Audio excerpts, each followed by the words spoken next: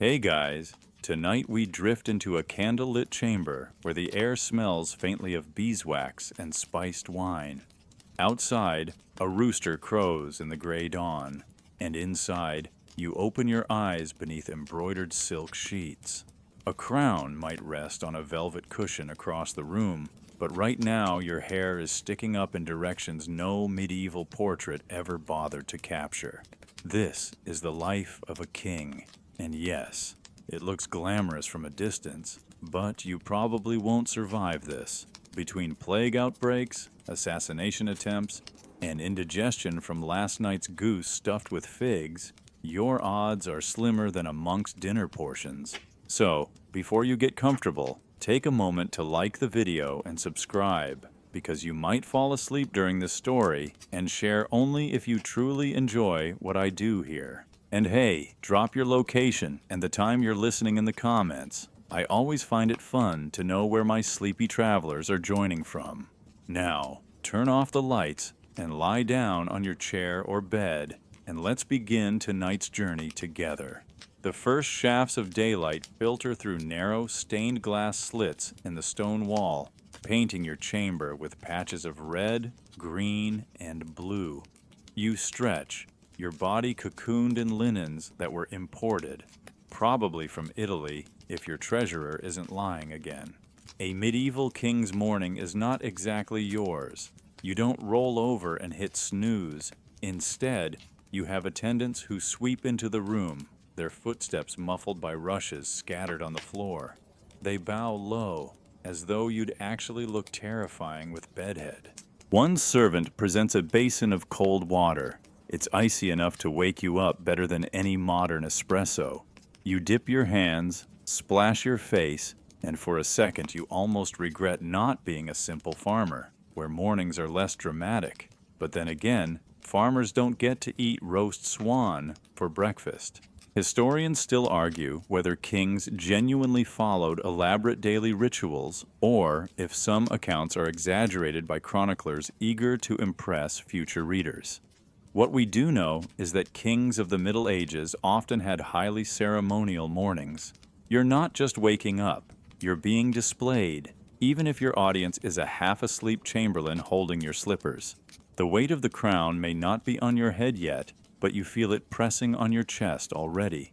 Decisions await, taxes to be set, wars to be avoided or provoked, letters from distant dukes begging for favors. For a brief moment, though, you let yourself enjoy the warm bedding. Silk was rarer than hen's teeth in some kingdoms, but you have it because you're, well, you.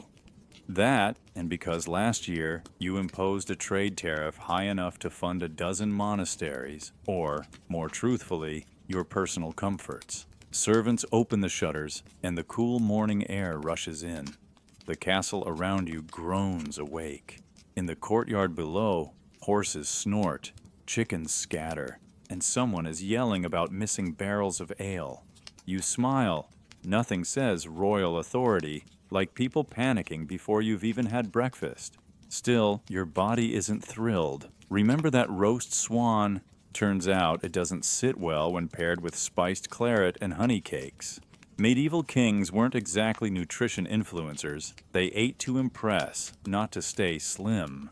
You pull yourself upright, and an attendant drapes a fur-lined robe around you, even though the season doesn't quite demand it. Display is everything. Even in private chambers, appearances matter. You glance at the crown resting nearby, its jewels winking smugly in the light. Funny thing, crowns were heavy, sometimes nearly 10 pounds. They weren't meant to be worn all day, despite paintings showing otherwise. Your neck would ache faster than a modern gamer's after a 12-hour marathon. Instead, it sits as a symbol, a reminder that you're more than a man. You're an institution. At least that's what everyone keeps telling you, usually right before they ask for money. Servants step forward with garments, hose, tunic, a richly embroidered surcoat. Dressing is not something you do alone. Each layer symbolizes status, from imported fabrics dyed with expensive pigments to subtle designs showing your heraldic crest. You mutter something sarcastic under your breath about being a walking tapestry, but nobody dares laugh, except the jester, who is probably hiding somewhere waiting to pounce on your mood with a joke about your socks. Ah, yes, socks. Or rather, long woolen hose that itch like mad. You resist the urge to scratch because nothing says fearsome monarch like wiggling your legs mid-ceremony. A belt is fastened, heavy with a jeweled dagger you're unlikely to ever draw yourself. Kings were more likely to die of overindulgence or suspiciously spiced wine than in combat. But the dagger looks good, and that's the point. Once dressed, you move toward a small chapel chamber where a priest mumbles morning prayers. Sometimes you wonder if he's more worried about your soul or his stipend. Either way, you nod at the right times, pretending deep reflection while secretly planning what excuse you'll use later to avoid another council meeting. It's still early, and the corridors of the castle echo with footsteps of servants hurrying about. Some carry trays of bread and cheese, others sweep ashes from last night's hearth fires. You notice one carrying what looks suspiciously like a jug of ale. Yes, at this hour. Remember, water wasn't always safe to drink, so even breakfast could involve beer. Talk about a breakfast of champions. As you stride through the corridors, tapestries on the walls depict battles your ancestors supposedly won. You know at least one of those was more of a draw, but no one likes to hang mediocre outcome on the walls. The scent of baking bread teases your nose. Perhaps the best part of being a king is having bakers who start before dawn just so you can tear into a fresh loaf. But here's the quirky tidbit of the morning. Medieval kings sometimes used astrologers to guide their day. Imagine needing to check your horoscope before signing off on a tax edict. Mars is in retrograde? Sorry, peasants, no relief from famine today. You shake your head, amused by the idea, even though you secretly keep an almanac tucked away. By now, your court is stirring. Nobles prepare to present themselves, each hoping to gain favor before the day officially begins. You steel yourself, because mornings for you aren't about relaxation. They're about performance. Even when you're just waking, you are already the stage on which the play of politics unfolds. And yet, beneath the robes and crowns, you're still human. You fight sleepiness, hunger, and sometimes loneliness. The life of a king begins not with freedom, but with ritual and weighty expectations. As you head toward the grand hall, where breakfast and the first round of courtiers await, you sigh quietly. Somewhere in the distance, a lute strums, the soundtrack of your morning, reminding you that before the night brings its whispered temptations, you must survive the daylight of responsibility. The hall is already humming by the time you arrive, though you'd like to believe the world should pause until you've taken your seat. Long wooden tables groan under the weight of trenchers, bowls, and pitchers, and the air is thick with the aroma of roasting meat, spiced stews, and fresh bread. Morning feasts for a king are not delicate affairs of fruit and yogurt. They are theatrical performances where abundance equals power. You settle into the carved chair at the high table, a seat taller and wider than anyone else's, and immediately a servant lays a napkin across your lap. Another pours you a cup of watered wine. It's still early after all, and no one wants a tipsy king trying to decree new tax laws before noon. Well, not today anyway. A platter of roasted capon arrives first, its skin glistening with herbs and butter. Beside it, trenchers of bread, so thick and stale they serve more as plates than food. You tear into one, knowing that by day's end, your scraps will be passed down to dogs or the poor who linger outside the castle gates. It's both generous and stingy at the same time, an economy of leftovers. Historians still argue whether this redistribution was true charity or just convenient waste management, but either way, the peasants didn't complain about free gravy-soaked bread. Across from you, nobles begin to murmur, eyes darting as they lean close to one another. The morning feast is never only about food. It's where alliances are reinforced, rivalries spark, and whispers set the tone for the day's politics. You chew slowly, pretending not to notice the sidelong glances, though your ears catch every fragment of conversation. The Duke's lands are failing. The bishop grows restless. The Queen's cousin visits soon. Each word carries the weight of potential upheaval. The jester naturally chooses this moment to clamber up on a bench, juggling apples like it's the height of entertainment. One falls, splattering against the floor. He bows dramatically, and the hall erupts in laughter. Anything to cut through the tension. You allow yourself a chuckle, even if you know the fool is not just a clown. He's a safety valve, easing the pressure before someone decides the best way to impress you is by insulting their rival to your face.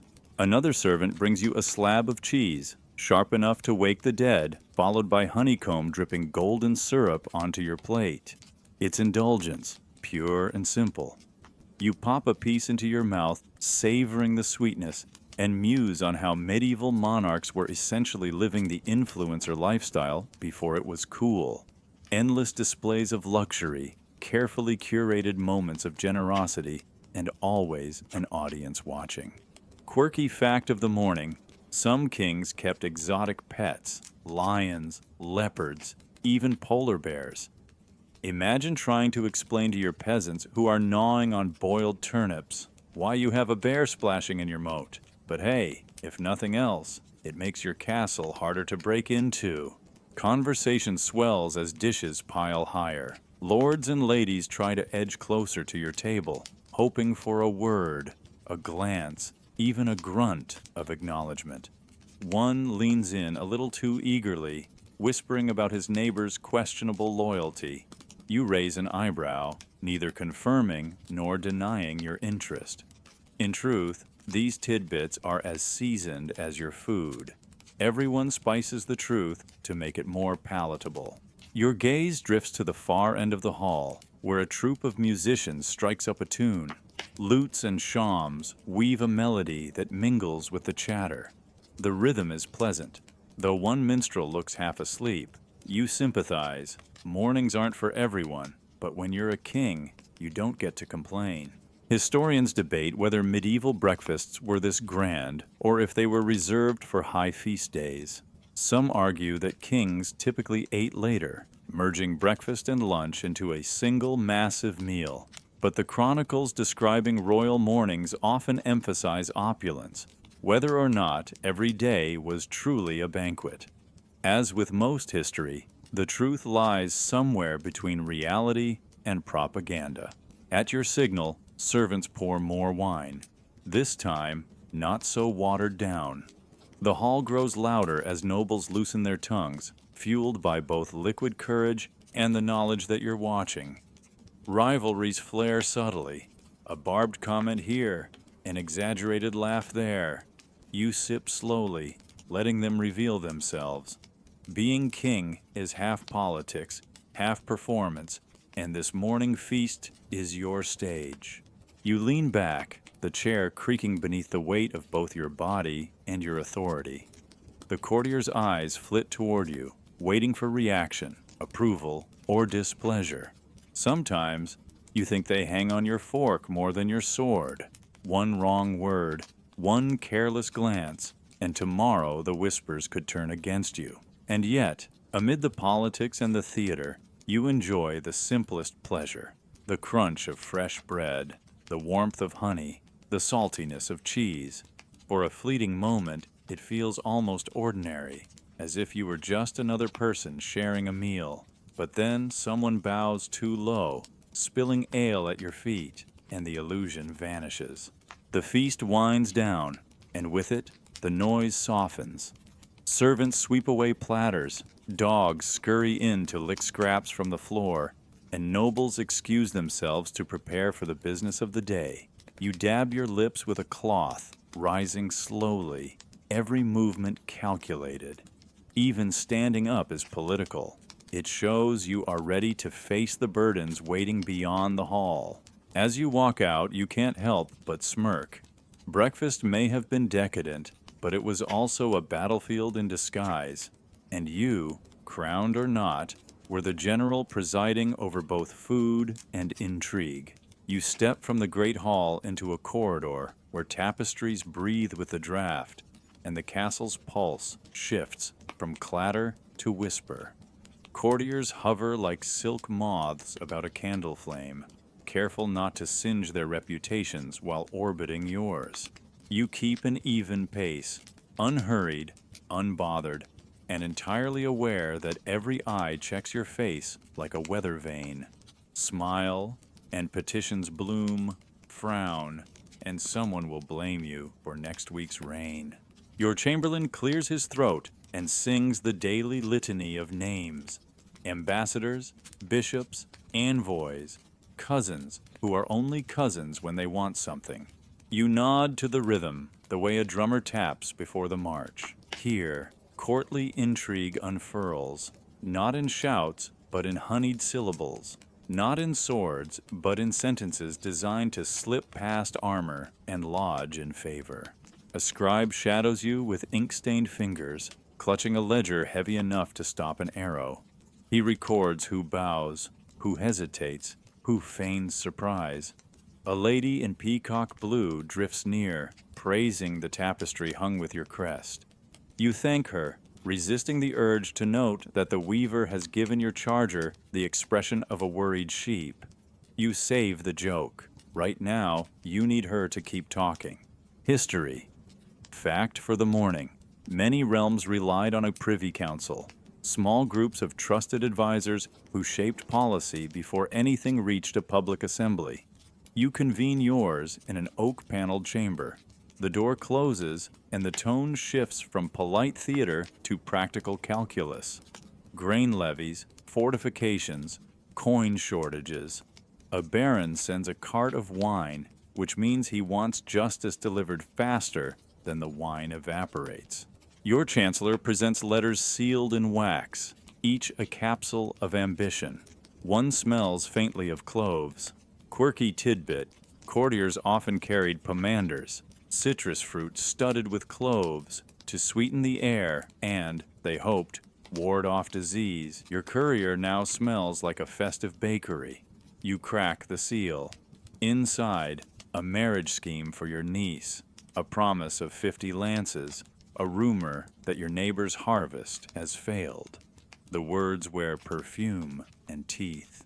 You let advisors argue like hawks and doves on a branch. Historians still argue whether royal decisions were truly top-down or whether kings rode the momentum of their strongest counselors. You play the weather, a nod here, a request for detail there, a pause so long the room rethinks itself.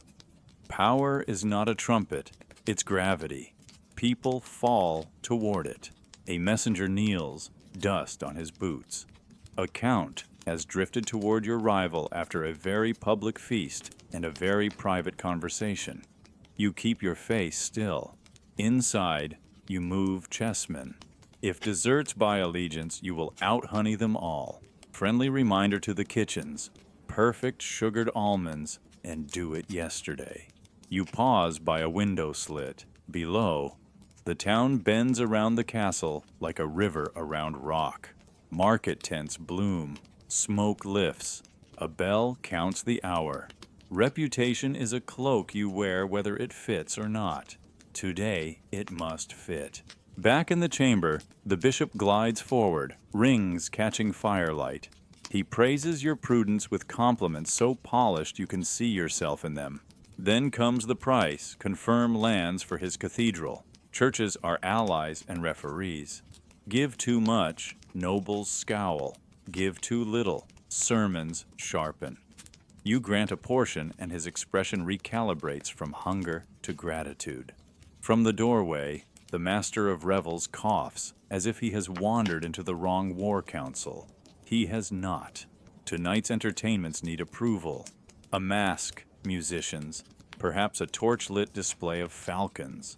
Festivity oils diplomacy. If the court feels lively, rumors spin in your favor. If it turns dour, whispers harden into plots. You approve the mask and add a note, elegant, not lewd. A page announces the envoy from the northern duchy. He enters wrapped in fur, eyes quick, smile cautious. Gifts, saltfish for Lent, and a brass astrolabe that gleams like a pocket sky. He speaks of friendship in phrases ironed smooth by rehearsal, then proposes a trade pact to redirect tolls through his lord's river port. You ask about roads, bridges, bandits, winter freeze. He answers well. You offer provisional terms and schedule another meeting. Since you like a good debate at bedtime, courtly love. Troubadours in the 12th century sang a stylized code of refined affection that orbited marriage, yet claimed to ennoble behavior. Was it real practice or poetic costume?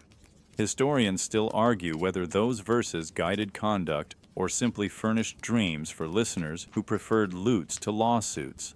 Either way, the language of courtesy perfumes everything here. Even a threat arrives wrapped in a compliment. By midday, intrigue accumulates like wax on a candle. Your scribe's ledger bulges with notes, arrows, and a marginal doodle that suspiciously resembles the jester being chased by a goose. You pause for bread and watered wine. Your stomach thanks you for not choosing Swan, the sequel. Someone cracks a window to release the scent of tallow and ambition. Before the afternoon petitions, you retreat to the solar, a bright room where the sun finds you through small panes stitched by lead. Cushions blunt the stone. A harp waits like an extra advisor who only speaks in arpeggios. You allow one joke at your expense. If you disappear for longer than 10 minutes, the nobles will swear you're plotting attacks on haircuts. You return promptly, credibility intact and hair untaxed. Petitions resume. A widow asks relief after fire took her mill. You lower her levy for a year and quietly add coin from your privy purse. The chamber hushes. Mercy, wielded publicly but not flamboyantly, binds faster than fear. Next comes a knight complaining that his neighbor's geese trespass with villainous intent. You resist issuing the Edict of Goose. Instead, you assign an officer to mediate and remind the room that peace begins at the fence and sometimes with a gate. As the light slants toward afternoon, you feel the court's appetite shift from business to spectacle. Alliances have been tested, ambitions priced, masks measured. You straighten your sleeves, gather the day's invisible threads, and give the signal to adjourn. The whispers do not stop. They never do. They merely change rooms. You walk away at an even pace, the moths following the flame. Somewhere, a lute sketches a new melody. In the kitchens, spice jars open like flowers, promising the gentlest argument diplomacy can make. Pleasure without consequence, at least for a night. The council chamber empties, but the ink stains on the table feel like scars from the arguments carved into them. You stand for a moment, letting silence gather in the air, as if to remind everyone, including yourself, that the king's word lingers longer than the chatter of nobles. The decisions of the morning now weigh like stones in your sleeves. Somewhere outside, a falcon shrieks, wings slicing across the sky, and you imagine your decrees taking flight in much the same way. Swift, irreversible, and likely aimed at something unfortunate. You step into a smaller room where scrolls and ledgers tower in precarious stacks. The treasurer waits, face pale, hands wringing as though squeezing coins from air. He unrolls parchment covered with numbers that leap and stumble like drunken soldiers. You frown. Revenues from a distant province have shriveled after bad harvests. Taxes demand to be raised, but you know each coin lifted from the peasants is a straw on their already breaking backs. You sigh because a king's morning never ends with breakfast. It continues into the arithmetic of human misery. Historians still argue whether medieval kings cared deeply for their subjects' well-being or if compassion was merely another tool of politics. You like to think you care, though the decision-making feels more like choosing which village gets soaked in rain while the others remain dry. Inevitably, someone ends up muddy. A quill scratches, recording your decree to reduce levies in one region and increase them in another. The treasurer bows low, relief spilling from his shoulders. You're not sure whether he's grateful for your wisdom or just thankful he survived the meeting without being blamed. Both are victories, really. A messenger arrives with a sealed letter marked by a red wax crest. You recognize it instantly. It's from your cousin, a count with ambitions too large for his own shoes. The letter drips with courtesy, but quickly slides into demands. More land, more titles, more everything. You read it twice, smirking at the elaborate phrasing that basically translates to "give me stuff." Quirky tidbit here. Medieval rulers sometimes used elaborate letter-writing styles, stacking compliments so high that the request nearly disappeared. A cousin might write, "To the most illustrious, radiant, unparalleled sovereign whose wisdom illuminates the realm like the sun itself, could you lend me a few castles?" You fold the letter and mutter, "Nice try." The steward interrupts with petitions stacked higher than your crown. A miller claims his lord confiscated grain. A knight insists his rival spread lies about his honor. A monastery requests funds for repairs, though you strongly suspect repairs includes a new wine cellar. You try not to laugh when one noble complains about the scandalous noise of peasants singing after dark. Ah, yes. Heaven forbid happiness trickles into the night. You dispense justice with a calm tone, each decision weighed against loyalty, fairness, and practicality. Too harsh, and you'll be feared. Too lenient, and you'll be mocked. It's a tightrope across the void, and you are the one balancing with a scepter as your pole. Somewhere in the back of your mind you recall the jester's joke that kings are just jugglers who never get to drop the ball. You hate that he might be right. The chamberlain clears his throat. It's time to address foreign envoys. You stride to the audience hall, where banners ripple above and tiled floors echo your footsteps. Ambassadors wait like birds perched on branches, each clutching a gift meant to buy your favor. One presents a cloak of fine wool dyed deep crimson. Another offers silver plate etched with hunting scenes. You accept graciously, knowing gifts are currency disguised as generosity. An envoy from the south bows deeply and mentions a treaty proposal that would guarantee safe trade routes. You nod, acknowledging the importance. Yet in your mind, you're already mapping rivers, forests, and toll stations, wondering who gains more from such a pact. Historians debate whether these treaties were honored or simply used until more convenient betrayals arose. You suspect the latter. Parchment burns faster than loyalty. As the morning drags into early afternoon, your shoulders sag under invisible armor. Every smile hides a request. Every bow conceals a bargain. Power isn't heavy because of the crown. It's heavy because of the eyes staring, calculating, expecting. You breathe deeply, steadying yourself with the scent of beeswax candles and the faint salt from your skin. A cleric steps forward, preaching of sin, reminding you that earthly temptations endanger the soul. You nod solemnly, but you know he's rehearsing his lines for later when whispers of your nightly escapades reach the church. You file the sermon away, somewhere between well-intentioned and politically dangerous. By now, the petitions have blurred into a single hum, like bees buzzing in your ears. You rise, cutting the air with your motion. The courtiers bow, their voices dropping into reverent silence. You dismiss the assembly, aware that half the nobles will leave grumbling, the other half scheming. Yet your word is final, and that is enough for now. Walking through the corridor, you glimpse your reflection in a polished shield mounted on the wall. The face staring back is yours, but older, more tired, burdened. You whisper to yourself that this is the cost of ruling. Every decree plants a seed. Some sprout loyalty, others rebellion. You won't know which until the harvest. Still, as you step toward the solar chamber for a brief respite, you can't help but chuckle softly. The jester was right. Kings juggle constantly. And right now, you're keeping castles, taxes, cousins, and geese all in the air at once. The trick is never letting anyone see how close you are to dropping them. The solar grows dim as clouds pass across the sun, and for a moment, the room feels like a hushed chapel. You lean against the window ledge, watching swallows dart above the courtyard.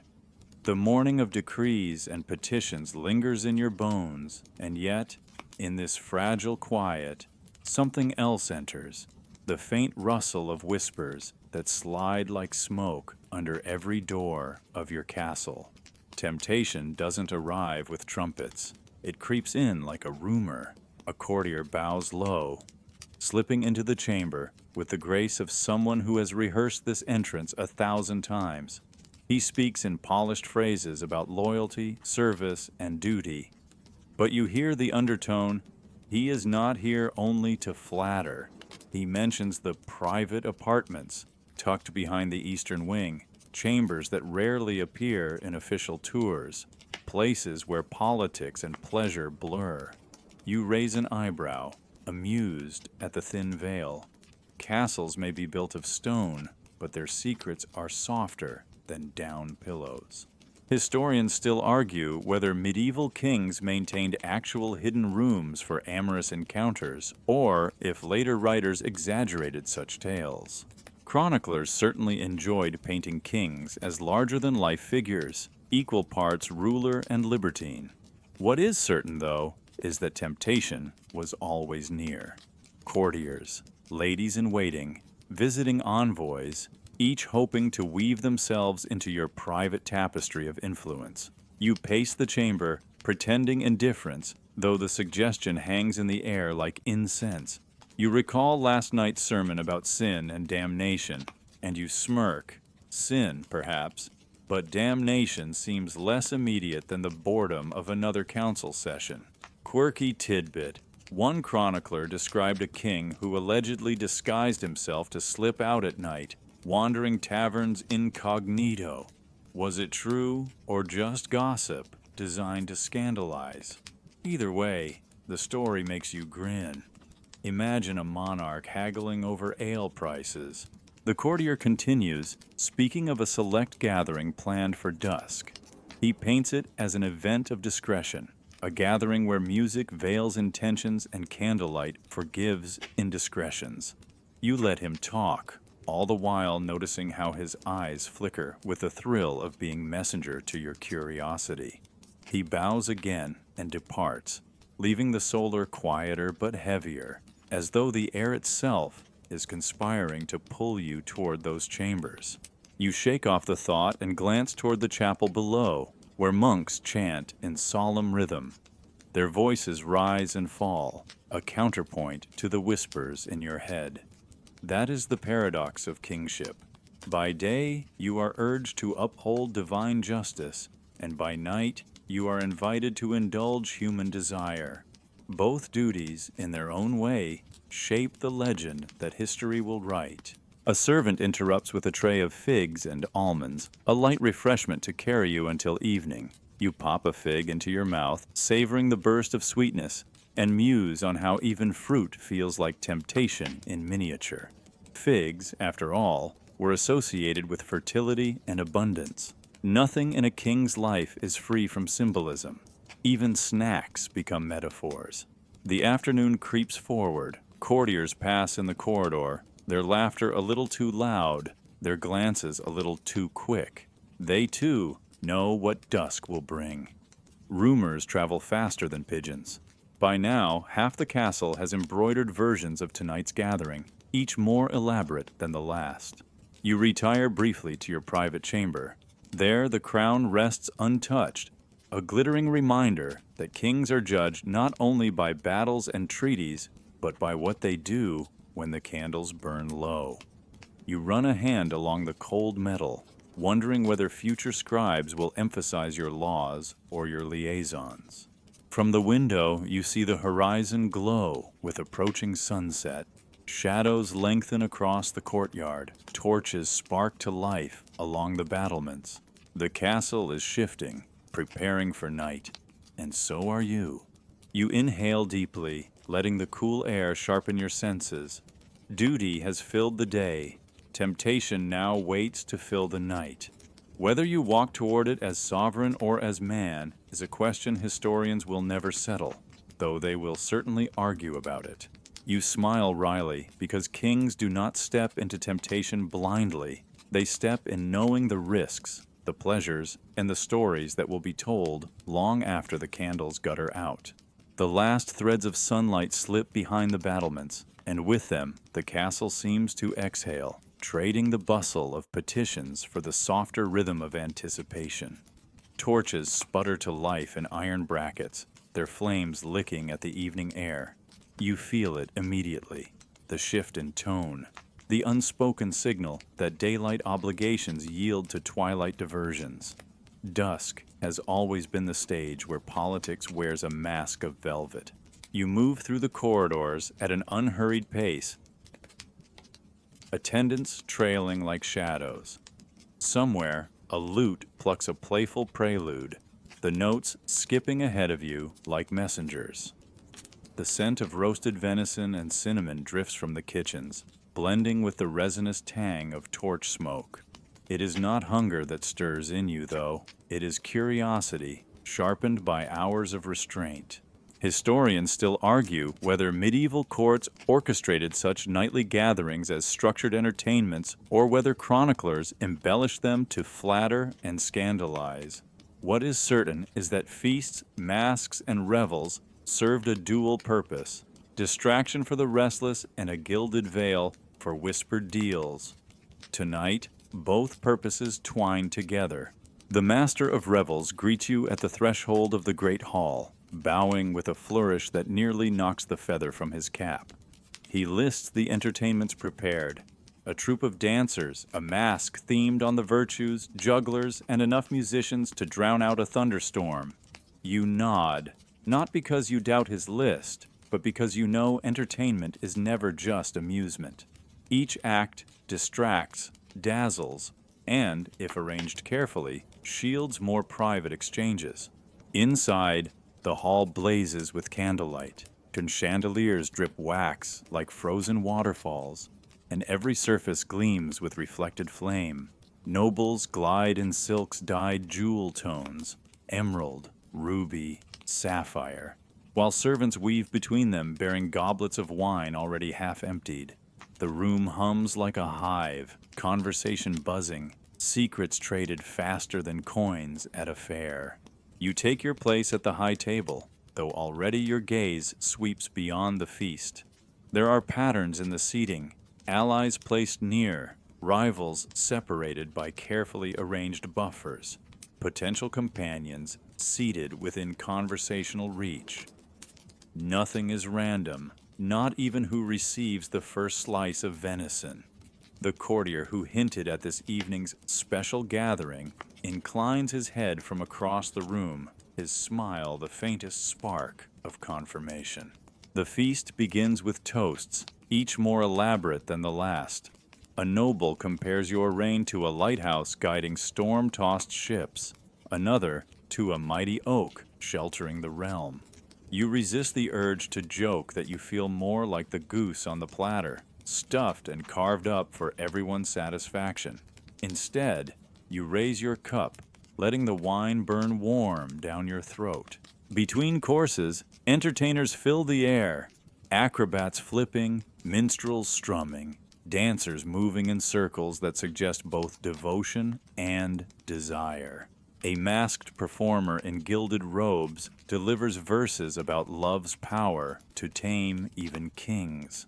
The courtiers laugh, though their eyes dart to gauge your reaction.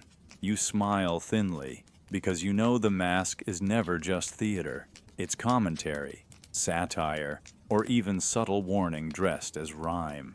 Quirky tidbit: in some courts, masks were so elaborate they involved machinery, stages that rotated, gods descending from painted clouds, fountains of wine spurting on cue. Imagine the poor carpenter underneath cranking gears, while nobles above pretend the gods themselves have arrived. Tonight, though, the spectacle is simpler, more intimate. The real performance lies ahead. As the feast winds toward dessert, spiced pears glazed in honey, you sense the hall shifting again. Laughter grows looser, conversations dip into confidential tones, and servants begin discreetly guiding select guests toward side chambers. You remain, lingering just long enough to avoid suspicion before rising. The room bows as you depart, though everyone knows the feast is not ending. It is merely transforming. You follow the torchlit passage eastward, where shadows dance higher than the flames. The stone corridor curves, leading toward chambers less formal, more secret. Music still floats behind you, muffled now like a heartbeat fading into the distance. Ahead, another rhythm waits, the murmur of hushed voices, the crackle of expectation. The door opens, revealing a chamber drenched in candlelight. Silks drape from the rafters, cushions spill across the floor, and the air glows with incense that smells faintly of roses and resin. Laughter bubbles here, softer, edged with anticipation. You step inside, the king shedding his armor of daylight duties, slipping into the costume of night. This is dusk's true gathering, where masks are cast aside, where beauty and ambition twine, where politics lingers in every glance and touch. You smile knowingly, because as much as temptation beckons, you are still the sovereign. Even here, among silks and candlelight, you rule, though the throne has been replaced by a couch, and power by proximity. The small door from the side chamber returns you to the great hall, and the evening doubles in brightness, as if the candles have learned ambition. You move toward the high table with your measured stride, the one that looks effortless but has been rehearsed more diligently than any joust. A hush ripples, then chatter returns with perfume and expectation. Platters advance in procession. The first course murmurs in aromas, roasted venison glossed with wine, river fish with herbs, pies whose lids puff like proud helmets. Trenchers, thick slabs of yesterday's bread, arrive to serve as plates, soaking up sauces the way rumor soaks up meaning. You break a corner, let it drink from a gravy hollow, and the taste steadies you. A cupbearer kneels with a silver ewer. He pours, then, just to assure every anxious eye, sips from your goblet first. That ceremony is part theater, part insurance policy. Mainstream fact for your sleepy library. Courts across Europe kept tasters not only to deter poisoners, but to reassure the audience that the king would see another sunrise. Musicians thread the air with lutes and rebecks. Shawms call from the gallery in voices like bronze geese. The jester appears with the tragic confidence of a man who thinks juggling knives is a personality. He quips about taxes, then claims your crown reflects so much light he can use it to toast bread.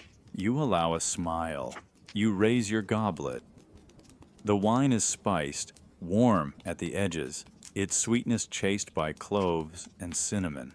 Quirky tidbit: pepper and cinnamon traveled farther than most nobles ever would, crossing deserts and seas to land on your tongue. People sometimes locked spices away like jewels or used them as rent.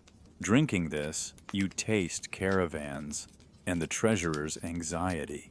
A steward calls the remove, the shift to the next array of dishes, and servants sweep in a choreography that would shame half the minstrels. Peacocks arrive with iridescent skins refitted over roasted bodies, like costumes returning for a curtain call. Historians still argue whether such birds were truly eaten or mostly displayed before being swapped for practical meats. Either way, the message is clear. Your table can afford beauty that doesn't need to justify itself with nourishment. Your neighbors perform a quieter mask. On your right, a young lord laughs with exactly the amount of mirth required to be harmless. On your left, a widow of sharp intelligence registers the political map unfolding in platters and portions. Seating is strategy. Friends nestle within earshot. Rivals are placed where the music fattens their silence. You take small bites, not because you are delicate, but because conversation is the larger dish. Someone asks about forks. You suppress a grin. Scholarly debate time. Historians still argue whether forks were common in the Middle Ages or mainly a later fashion. In many halls, hands, knives, and shared spoons did the work. Etiquette meant not licking the communal spoon as if it owed you money. You demonstrate the kingly compromise, slice neatly, use bread as a modest tool, and never wear gravy as a badge. Between courses, masked dancers tell a parable in silk. Virtue shepherds desire. Desire outruns prudence, and all three trip over fortune's hem. It is instructive and, accidentally, hilarious. You laugh softly when fortune's wheel squeaks. Apparently the carpenters oil politics better than props. Light joke 1. You make a note to tax squeaks. Clearly a growth sector. More wine. You temper it with water, a habit that makes the purists blink. Another neat point for the night's fact file. Despite modern myths, water was not uniformly unsafe. Wells, springs, and boiled broths existed, and people mixed and matched. Still, ale and wine were staples, partly for calories and partly because life is improved by a little music in the veins. Light joke 2. You promise to govern in a straight line even if the hallway starts to curve. Dessert advances like a diplomatic envoy. Marchpane, almond paste, gleams beneath gilded leaves.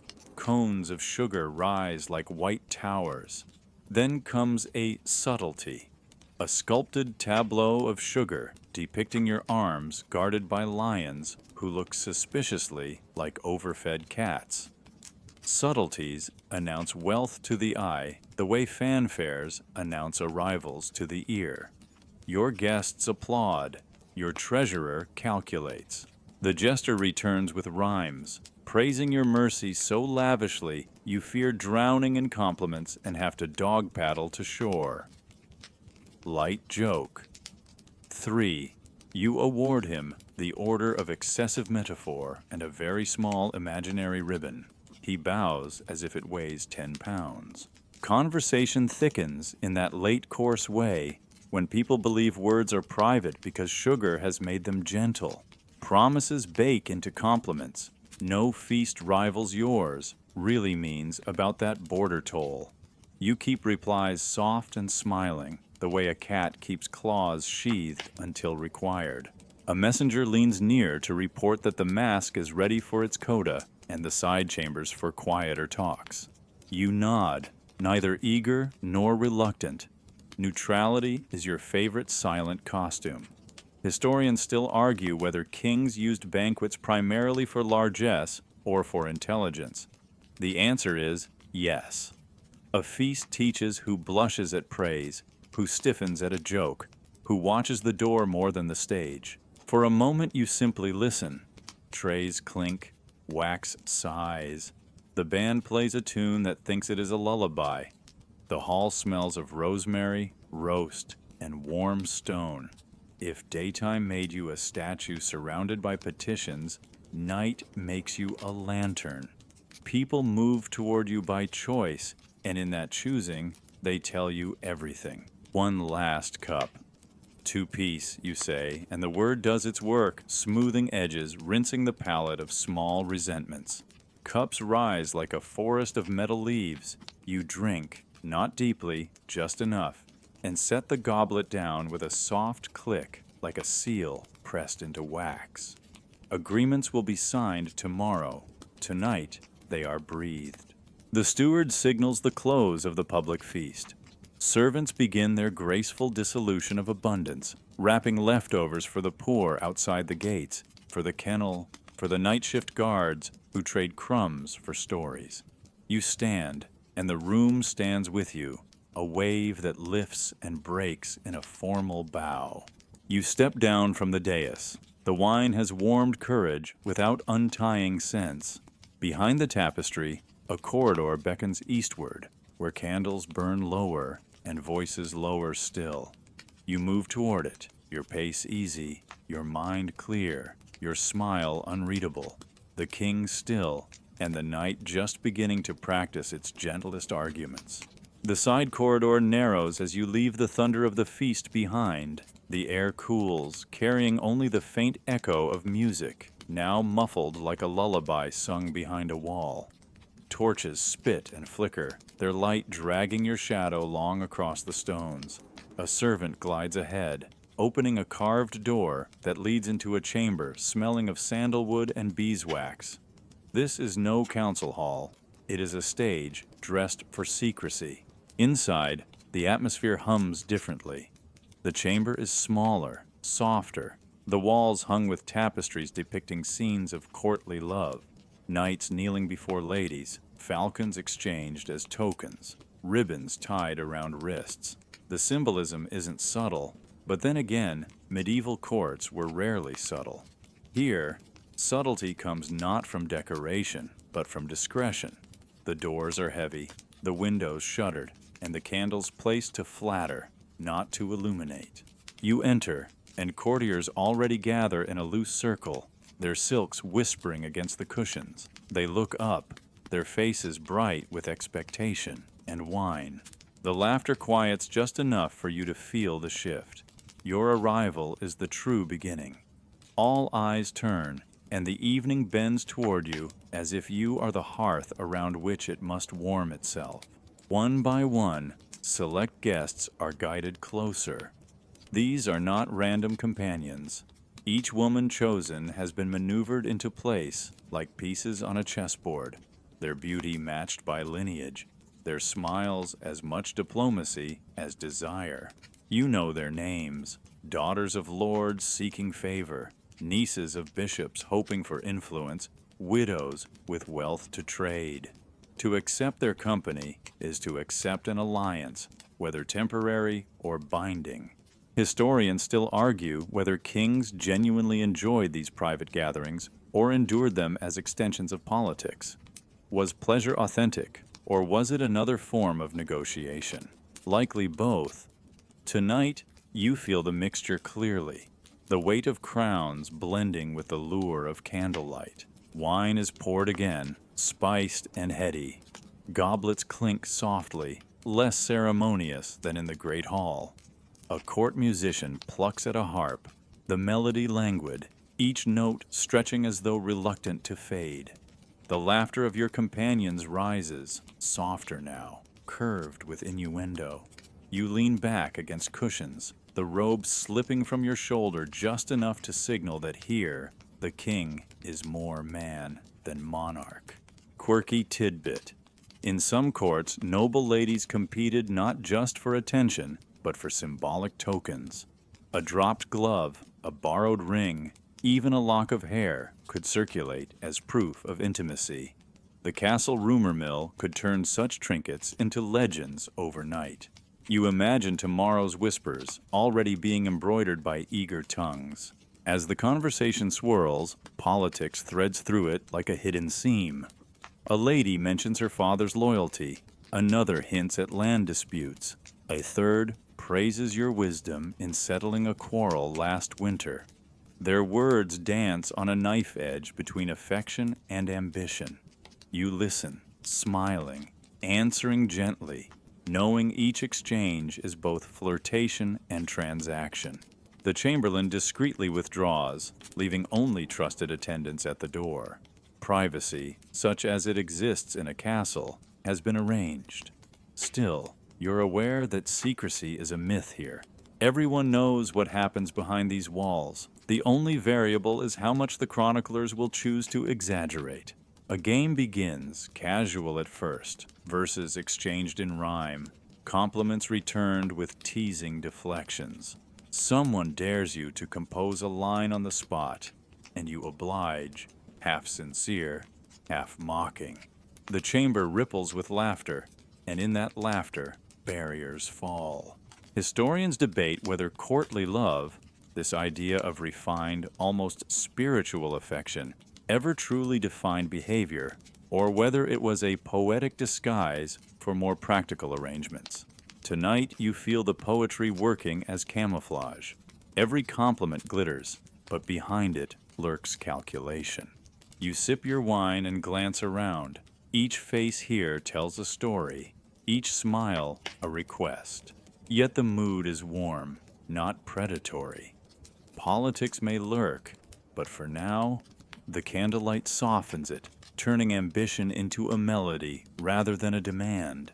The harp plays on, fingers tracing strings that seem to echo the heartbeat of the room. You lean forward, lowering your voice as though sharing secrets, and the circle leans with you, caught in the orbit of your tone. It is not decrees or battles that bind them to you now. It is presence, charm, and the unspoken promise that history itself is being woven in these shadows. The chamber thickens with warmth as more candles are lit, their flames bending in tiny arcs, their smoke curling into perfume trails. You take a slow breath and notice the change. The chatter softens, the laughter grows intimate, and the walls themselves seem to lean inward, holding secrets the way stone holds damp. What was once a gathering of courtiers is now something else, a cloister of complicity. Cushions scatter across the floor, embroidered in bright silks, their seams frayed from countless nights like this one. You lower yourself among them. No throne beneath you, no scepter in hand, only velvet and murmured expectation. The air smells of rose oil and beeswax, mixed with a faint trace of cloves burned in a brazier to keep the chill away. A serving girl enters silently with a tray of pomegranates and sugared almonds. She sets them down and bows, retreating without a word, as though even sound might fracture the fragile enchantment. You pluck a ruby seed, its juice staining your fingers, and recall that medieval physicians swore pomegranates strengthened the heart. You laugh softly. Perhaps they meant courage for moments just like this. One companion tilts her head, hair catching the glow, and asks whether you believe the poets who claim beauty is proof of divine favor. You smile, answering that if that is true, your court must be holier than any monastery. The jest ripples through the room, easing the last traces of self-consciousness. Historians still argue whether kings' private chambers were truly spaces of indulgence, or if chroniclers later embroidered them to suit scandal-hungry audiences. Chroniclers, after all, rarely painted kings as moderate. They wanted grandeur, decadence, something to make the parchment sizzle. Tonight, though, you sense how much of the truth is theater. Every movement is both genuine and staged, every glance both affection and calculation. A musician begins to pluck a harp again, this time slower, the notes stretched like candle wax dripping down the stem. The rhythm presses the room into stillness, encouraging whispered conversations. A lady nearby leans close, her perfume sharp with orange blossom. She tells you her uncle is preparing to pledge new levies of men, should you look kindly on her family's petition. You nod, not with promise, but with practiced ambiguity. Quirky tidbit. There's a record of one French king keeping an entire book of favors, listing which noble houses had sent daughters or nieces to court as companions. Whether it was accurate or satire, no one can say, but the idea that intimacy could be cataloged like debts speaks volumes about how politics wrapped itself around pleasure. You laugh at another jest tossed across the cushions. Someone teases you about the bishop's sermon that morning, reminding you that temptation is the devil's favorite bait. You reply that if temptation is bait, then perhaps you are simply a fish resigned to swimming near a very well-stocked river. The room erupts, the tension dissolving in shared humor. Candles flare lower, the chamber glowing with a softer light, more golden than white. The shadows stretch longer, disguising edges and blending forms into gentle shapes. You lean back, a goblet in hand, listening to the harp, to the laughter, to the quiet draw of breath. For a moment, politics recedes. You are not ruler, just participant in a ritual as old as kingship itself, finding warmth, companionship, and brief forgetfulness in the arms of night. And yet, beneath it all, you feel the invisible quills of history scratching. You know tomorrow chroniclers may write of generosity, of indulgence, of scandal. Some will praise your vibrancy, others will scold your sin. But right now, the ink is not yet dry, and the night belongs to you. You close your eyes briefly, letting the music coil around you like a cloak. When you open them, the circle of faces waits, expectant, luminous, and entirely aware that though crowns may be heavy in daylight, tonight they are weightless, set aside among the silks and whispers. The harp's last chord fades into silence, and the hush feels deliberate, like the pause before a confession. You lift your goblet slowly, letting the candlelight catch the rim and take a sip that tastes more of spice than grape. Around you, cushions shift, laughter softens, and the circle leans closer. This is the moment when masks fall, not the painted masks of the Great Hall, but the subtler ones worn on faces every day. One lady traces a fingertip along the rim of her cup, speaking lightly of loyalty, yet her eyes deliver the real message. Her family wants land confirmed. Another smiles at your jest about the bishop, but quickly slips into talk of her brother's need for a royal commission. Desire and politics weave tighter than the silks draped on the rafters. You know this rhythm by heart. Here, affection is a currency, and the exchange rate fluctuates with every whisper. Historians still argue whether royal intimacies were more political than personal. Was the king genuinely seduced, or simply negotiating in velvet? Tonight you sense how inseparable the two can be. Every touch is both a caress and a contract. Every laugh is both pleasure and persuasion. A companion leans close, placing a sugared almond between your fingers, daring you to taste. You oblige, biting down on the brittle shell. The sweetness lingers, cloying, yet pleasant. Quirky tidbit: medieval banquets often ended with candied spices, ginger, anise, cinnamon, believed to aid digestion and kindle desire. They were nicknamed comfits, a word echoing comfort. You smile wryly. Comfort indeed, though not purely of the stomach. The chamber grows warmer, candles dripping wax onto copper holders. Shadows ripple across the walls like painted figures come alive. Someone begins to hum, and soon the room sways with the tune, not as a performance but as a shared rhythm, an unspoken vow to forget daylight burdens. The jester, absent from this private circle, would have joked that the harp has been replaced by heartbeats. You recline against embroidered cushions, the robe sliding lower along your arm, and let the conversation fold around you like silk. A lady quotes a troubadour's verse: "Love is the fire that melts the crown." You chuckle, replying that if that is true, your goldsmith will have a very busy morning. The chamber laughs, the tension dissolving again into camaraderie. But beneath the jest lies truth. Crowns do melt in these moments. Authority softens, replaced by intimacy that cannot be measured in coin or decree. You are aware of it, the double edge, how closeness can bind loyalty more tightly than parchment, yet also loosen discipline if not handled carefully. The balance is yours to maintain, even as the wine loosens laughter further. A servant discreetly refreshes the goblets and slips away, careful not to disturb the spell. You lift yours in a small toast, to beauty and to honesty.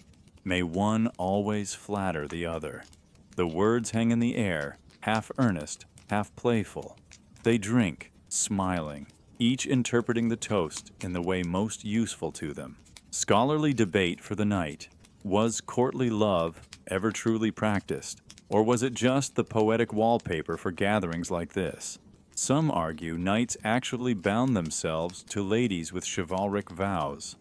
Others insist it was all allegory, a literary game. Sitting here, you suspect the truth lies in between. The poems provide the script, but the players improvise when the candlelight burns low. The night deepens. The harp is set aside, cushions shift closer, and the whispers blur into laughter again. You feel the gravity of the moment, how politics has entwined itself with pleasure until neither can be untangled. Tomorrow's chroniclers may write of treaties, of decrees, of feasts, but the memory of tonight, the warmth, the laughter, the secret sealed in candlelight, will ripple unseen, shaping alliances in ways no parchment could predict. You set down your cup, fingers sticky with almond sugar, and look around at faces glowing with expectation. For now, the kingdom rests beyond the chamber walls. Here, you are not the king on a throne, but the center of a constellation. Every star orbiting, every light bending toward you, their warmth both solace and snare. The candles make small suns of themselves, but the corners of the chamber keep their secrets.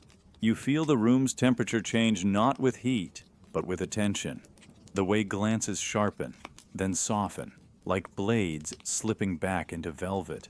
You've learned to read that weather. Behind the laughter, a draft, not from a window, but from a tapestry that billows a hair's breadth as if the woven nights on it are breathing. You rise, unhurried, and drift a few steps. The tapestry shows a stag hunt, antlers like bright branches, hounds with needle teeth. Your fingers graze the border and find what you expected.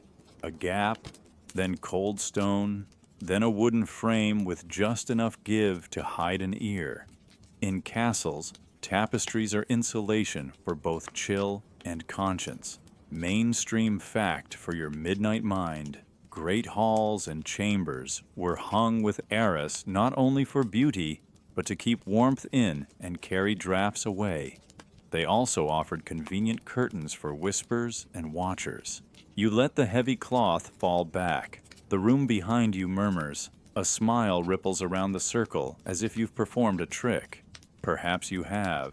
You return to the cushions and allow the conversation to flow again. But you keep one part of your attention anchored at the wall, listening for a sound that doesn't belong. A jeweled bracelet slips from a wrist and lands beside your goblet with the quiet authority of a coin on a table. The owner retrieves it with a laugh that is 2 heartbeats too bright. You file that away. Jealousy has the same perfume as orange blossom if you're not paying attention. Another companion praises the lady who just spoke. Her smile says, sister. Her eyes say, rival. You taste the almond sugar still on your fingers and think of ledgers, not the treasurers, but the invisible accounts people keep with one another. Historians still argue whether medieval courts ran on formalized espionage or on informal webs of servants, confessors, and companions trading news like spices. You suspect both. A kingdom rests on law. A court rests on rumors with good posture. The harp returns, quieter now, a hush with strings. A servant refills cups and overreaches, wine beads and trembles near the tapestry's hem. He freezes, then steadies the jug. You catch his eye and nod, a small mercy banked for later, because kindness travels faster than fear in corridors, no map records. Light joke 1.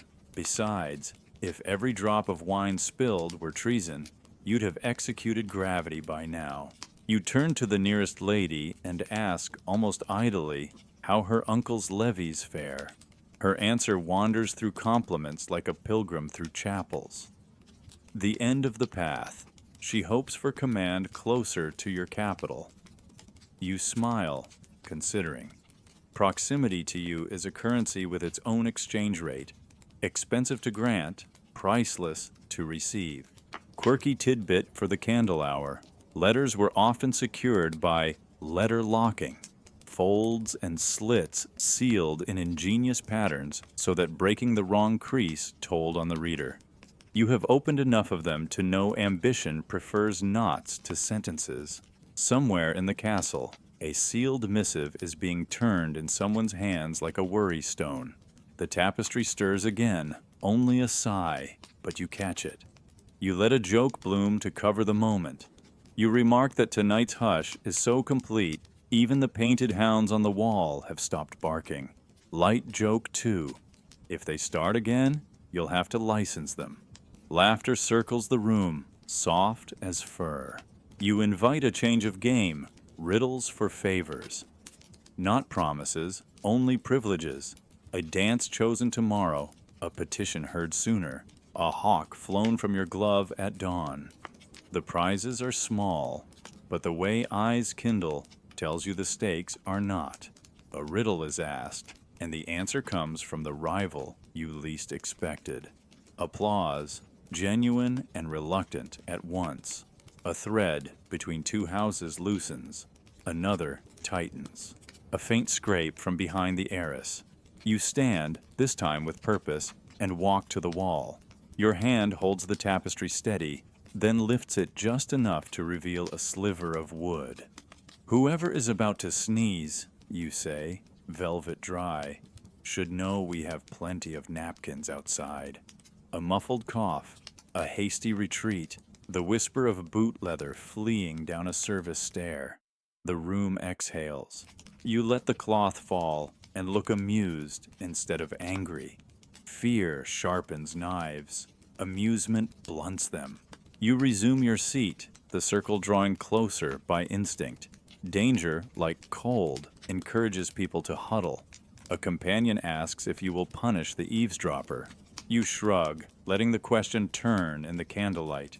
Curiosity is a vice, you say, but it is also how scholars find stars. The room accepts that as both mercy and warning. Light joke 3. You add that the next spy must bring a better chair. Standing behind Eris is murder on the knees. A courier slides in through the side door with the smooth panic of a man bearing urgent news to a room that forbids urgency. He kneels, eyes down, and presents a letter buckled with red wax. You break the seal. The script is an old rival's, sweet at the edges, iron in the center. He hints at a meeting, suggests a marriage, threatens a tariff. You fold the letter once, twice, making no comment. The room watches your face as if it were the sky. You give them weather they can live with, mild, tempered, unreadable. Scholarly debate to tuck under your pillow. Some insist that behind the tapestry intrigue is a literary trope exaggerated by later playwrights. Others document actual passages and peepholes threaded through palaces.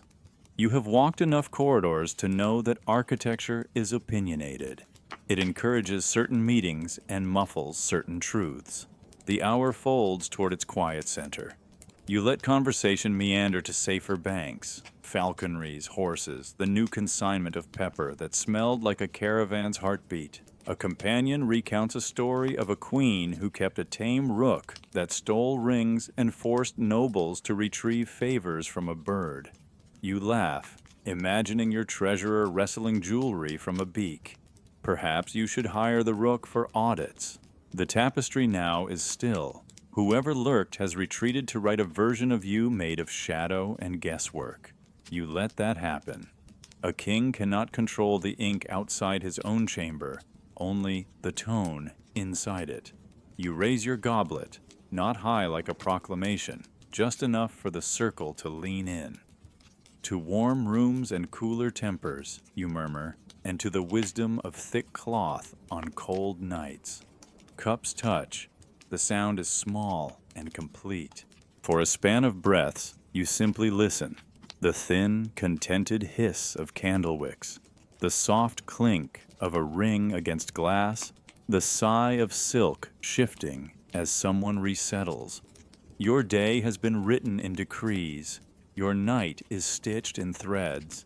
Between them hangs the arras, and you, practiced hand on the fabric, decide when to lift it and when to let it fall. The chamber breathes differently now, slower and heavier, as though the walls themselves are drowsy from wine and perfume.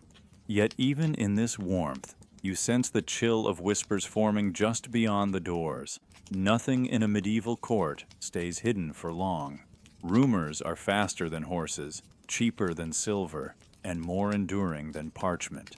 You sip from your goblet, already imagining how tonight will be repainted by tongues eager to gild shadows into scandal. A lady beside you laughs too brightly at a jest, and in that brightness you hear tomorrow's retelling. The king favored her above the rest. Across the cushions, another companion's glance lingers a heartbeat too long, and that pause will become gossip. She seeks to sway him with her eyes. You know these stories will escape the chamber before dawn, walking on the lips of servants, fluttering from the cloisters, spiraling through the city. Historians still argue whether courts thrived on rumor like bread, or whether rumor was an unfortunate parasite. You suspect both. Gossip was glue and poison, binding people together in conversation while eroding trust beneath. Tonight, you feel its presence even before the words are spoken. A jingle at the door interrupts the hush. Your herald enters with a small bow. He brings no decree, only a reminder that eyes are already watching. "Your Majesty," he says carefully, "the corridors are lively." You dismiss him with a nod, knowing his warning is less about noise and more about ears. Quirky tidbit. In some kingdoms, professional spies of the spoon were said to linger near kitchens and pantries, eavesdropping as nobles let secrets slip over stews. The line between servant and informant was thinner than a pie crust. You imagine tonight's kitchen abuzz, half the cooks arguing whether your laughter meant alliance or infatuation. You glance around the circle and remark, with wry humor, that history will probably record your evening as a tale of wild abandon, when in fact, you've mostly been nibbling almonds and trading riddles. Light joke 1. You add that if almonds counted as seduction, the grocers of the kingdom would be kings by now. The room erupts, relief spilling like wine, but the laughter cannot drown tomorrow. You know how stories will twist. The rival who lost at riddles will swear you plotted it. The companion whose bracelet fell will be rumored to have dropped more than jewelry. Whispers are ink spilled before quills touch parchment. A courtier leans in, asking if you fear what chroniclers will say. You shrug, replying that chroniclers are like cooks. Some oversalt, some overboil, but all claim to serve the truth. Light joke 2. At least when cooks ruin a dish, you can send it back. The courtier laughs nervously, unsure whether you've made a jest or a warning, perhaps both. The harp strikes a few soft notes, almost a lullaby, and the circle sways again toward ease. For a moment, it feels possible to forget the eyes beyond the walls. Yet you notice one companion whispering to another, too quietly, their hands cupped like birds hiding seeds. You pretend not to see, but you file it away. Seeds always sprout. Scholarly debate here. Some historians argue that kings welcomed rumor, using it to test loyalty, while others believe it weakened authority, eroding reverence with every exaggerated tale. You suspect rumor is like wine, too little, and the hall grows cold, too much, and it topples into chaos. Tonight, you try to pour just enough. You raise your cup once more, speaking lightly. If tomorrow's story must be told, Let it be that we laughed, not that we quarreled. Light joke 3. You add, and if anyone insists otherwise, I'll have the tapestry testify on my behalf. The chamber ripples with laughter again. Though behind the mirth everyone hears the truth, you control not the whispers themselves, but how you let them shape you. The candles have burned shorter. Their wax pools gleam like tiny mirrors. You catch your own reflection in one, blurred, flickering, both present and dissolving. That, you think, is what rumor makes of kings. Shadows reflected in liquid, always trembling, never still. You breathe deeply, reminding yourself that while whispers may shape tomorrow, tonight still belongs to you. The candles spit and sputter, as if nervous about the words that will soon circle through the air. You know the pattern by now. Where rumor drifts, sermons soon follow. And true enough, before the night's end, the priest arrives, summoned perhaps by conscience, or perhaps by ears too eager to carry tales back to him. He enters with a measured bow, robes swaying, a crucifix gleaming like judgment in metal form. You motion for him to sit, though he chooses to stand, as though proximity to your cushions might taint his vows. His voice begins soft, but gains steel. Your Majesty, the court speaks of indulgence, and the church must remind you that kings answer not only to men, but to God. His words are less about the evening itself and more about authority, yours and his, meeting in the same candlelit circle. Historians still argue whether priests in royal courts were fearless guardians of morality or careful opportunists, tailoring sermons to the political winds. You've heard both types. Tonight, you hear a blend, sincerity gilded with strategy. He speaks of Solomon, whose wisdom was vast, but whose many wives became his stumbling stone. You smile faintly, wondering if the priest realizes he sounds jealous of biblical company. Your companions lower their eyes, though some hide smirks behind jeweled hands. You clear your throat and reply gently, thanking him for his care, acknowledging the weight of sin, but adding that kings must also keep morale in the court. Joy, too, is a tool of governance. Light. Joke 1. You quip that if laughter is sinful, then the devil surely has the best jester. A ripple of chuckles breaks the tension, though the priest only frowns deeper. Quirky tidbit. Confessionals in the Middle Ages were not always the wooden booths we imagine today. Often, they were simple benches or even public spaces where priests whispered advice. Secrecy was less about architecture and more about trust. Tonight, your chamber feels like a confessional turned inside out, your sins whispered by others before you even speak them yourself. The priest warns that indulgence weakens resolve, that too much velvet softens the steel required for kingship. You counter, gently but firmly, that even steel must be tempered, or it snaps. Historians debate whether such exchanges ever happened candidly, or whether kings staged them for effect.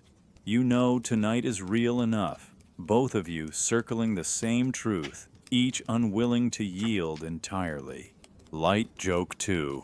You add that if heaven intends to strike you down, it will need to wait until after breakfast. Your cooks already began roasting swan. Even the priest exhales a reluctant laugh, though he hides it quickly behind a cough. Still, you recognize the danger. The church holds immense sway. Sermons delivered tomorrow could frame tonight as folly or forgiveness. You must tread carefully, weaving humor with deference. You promise to attend Mass at dawn, to show contrition, to remind both priest and court that your crown bends toward heaven even while it leans into cushions. The harp plays softly again, filling the silence left by your words.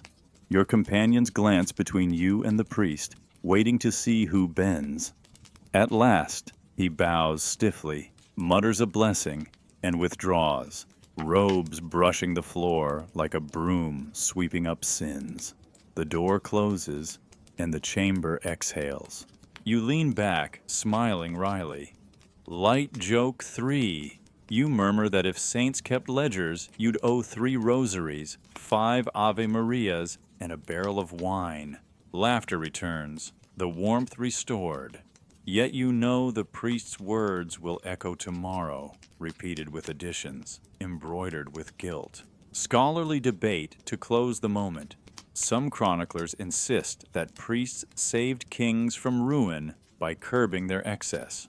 Others argue they merely gave kings plausible deniability. I was warned, therefore I am wise. Tonight you wonder if history will call you wise or wayward.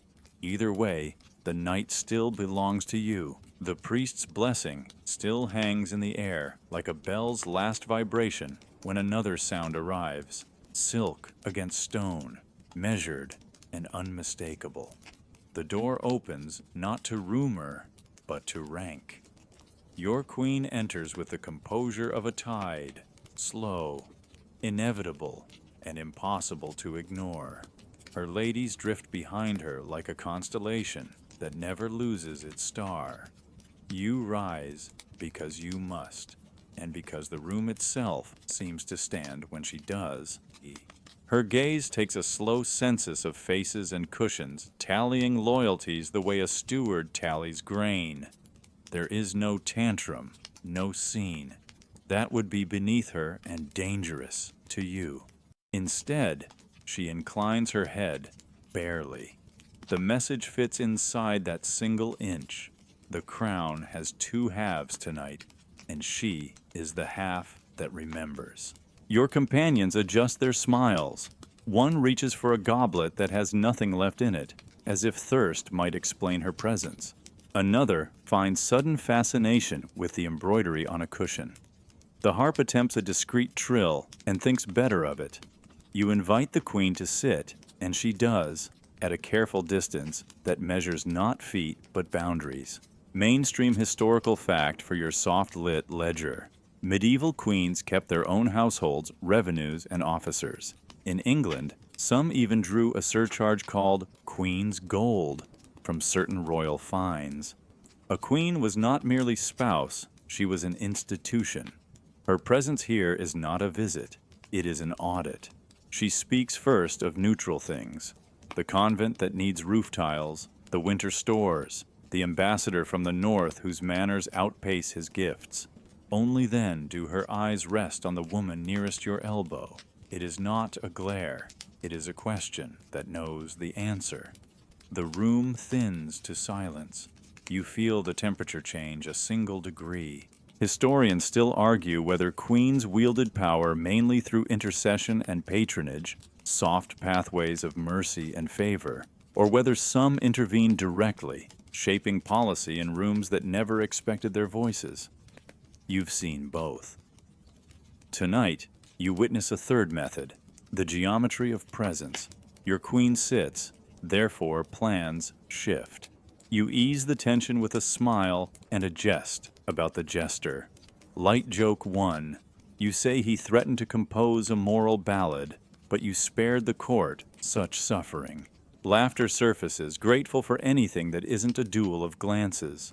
The queen's mouth curves. Politely, she did not come for jokes. A tray appears with conserves of quince and small wafers, because servants understand battles too. The queen takes one, breaks it neatly, and shares half with the lady who most needs a lifeline. A treaty in sugar. You admire the move, even as you recognize the price. What is offered gently can be reclaimed loudly. Quirky tidbit to tuck behind the heiress of your mind. Court's prized unicorn horn cups, really narwhal tusk, believed to neutralize poison. Some queens favored them at tense tables, a delicate way to say, I know where I sit. Tonight your queen drinks from plain silver, the stronger statement. She trusts her position more than a myth. She turns to you and asks about the coming progress through your southern shires. You answer evenly, noting bridges to be mended, parishes to be visited, oaths to be renewed. The subject is travel, the topic is supervision. Her ladies relax by degrees. Yours do not exist, formally. That is the etiquette of courts. Absence can be the most conspicuous presence. A cough of diplomacy comes from the doorway, the chamberlain, with perfect timing and terrible luck, announcing that the Queen's almoner requests guidance on alms for widows of last winter's fevers. The Queen answers with crisp charity, naming sums and parishes faster than your treasurer balances columns. It is not only mercy, it is patronage, and every coin spends twice, once in bread, once in loyalty. She asks to hear the harp. The musician obeys, choosing a melody that belongs equally to chapel and chamber. Your queen listens, then quotes a saint about chastity with the same tone one uses to quote a weather report. You reply gently that saints also praised prudence, and prudence includes sleeping well. Light joke 2. You add that a rested king signs better laws and fewer regrettable charters. Even the Queen's most vigilant lady suppresses a smile. Your closest companion, too bold or too green, ventures a compliment about the Queen's bravery during last spring's plague scare. It is sincere and clever. It offers praise that does not sharpen. The Queen accepts it with a nod and in return asks the young woman about her father's harvest. A thread is tied. You can almost hear the knot cinch. Scholarly debate floats up like incense. Was the influence of royal mistresses corrosive or constitutive of governance? Chroniclers damned Alice Perrers for crowding England's courts in Edward III's waning years. Others praised Agnes Sorel for rallying Charles VII, and by some accounts, his armies. Historians still argue whether such women bent policy or merely decorated it. You have lived long enough to know that decoration can carry weight. Your queen shifts the conversation to lineage, dowries due, guardianships pending, marriages that will calm border lords. It is a queen's map, roots drawn in wombs and wills instead of roads. You answer carefully. This is her element, and her ladies record victories the way clerks record rents. The room begins to breathe again. You spread the pressure with hospitality. Music, then a brief prayer. You suggest, light joke 3, lest the bishop think I am economizing on piety. The jest lands, the tension lowers, and even the stone seems to shrug. The harp swells, a psalm murmurs, candles gutter and correct themselves. When the prayer ends, the queen rises. She does not demand dispersal. She does something more elegant. She invites all to attend her morning devotions in the chapel, naming the hour as if naming the law. Attendance will be noticed. Absence will be a rumor with legs. She bows to you, exact and immaculate, and departs with her constellation intact. The door closes. The room exhales. Conversation resumes in a key one step lower, still warm, less reckless. You draw a breath that reaches your shoulders and sinks. No open quarrel, no public humiliation, no grievance sharp enough to nick the realm. The peace holds tonight, not by force, but by choreography. You raise your cup, now nearly empty, and consider refilling it or your self-control. Wisdom chooses the latter. The Queen has reminded you that the crown is not only a circle of gold, it is a ring of eyes. Tomorrow, those eyes will be in the chapel at dawn, and the story of this night will be edited by who kneels where. For now, you thank the musician, ask the servants to thin the candles, and guide the talk to safe banks, hawking routes, a new shipment of pepper, a poem so bad it might be treasonous. The ladies laugh, relief surfacing like bubbles in wine. The danger has not vanished, it has become polite. That is victory enough for a single hour. The Queen's footsteps fade into the echo of stone, and with them the chamber regains its pulse. Yet her presence lingers, like incense after Mass, sweet, heavy, impossible to ignore. You lean back against the cushions, your companions rearranging themselves, their laughter careful now, trimmed of its sharpest edges.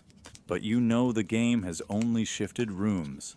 If daylight was petitions and parchment, and dusk was indulgence in song, then this hour belongs to negotiation wrapped in silk. A young nobleman clears his throat, offering a jest about the priest's sermon earlier in the evening.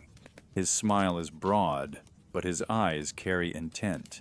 He is here on behalf of his house, and the joke is only the envelope for the letter he cannot write. The real message arrives soon enough. His sister, radiant and unmarried, has been delighted by your kindness. The words are innocent.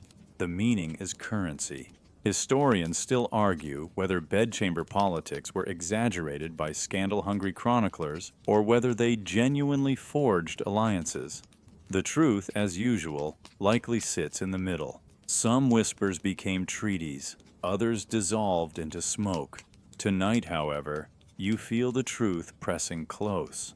Every gesture here is a contract drafted in candlelight. One of your closest companions leans near, her voice low. She speaks of her family's borderlands, threatened by a rival who happens to be tied to one of your more stubborn vassals. A sign of your favor, she murmurs, would silence him. You hear not only her plea, but the echo of her father's. Desire here is braided with duty. Quirky tidbit. In Burgundy during the 15th century, records show mistresses receiving not only jewels, but also estates and official titles, effectively binding families to the duke's cause. The chroniclers might have condemned the intimacy, but the accountants recorded the land transfers without flinching. Politics, after all, has many doors. You sip wine to buy yourself time. The chamber has grown quieter, waiting for your reaction.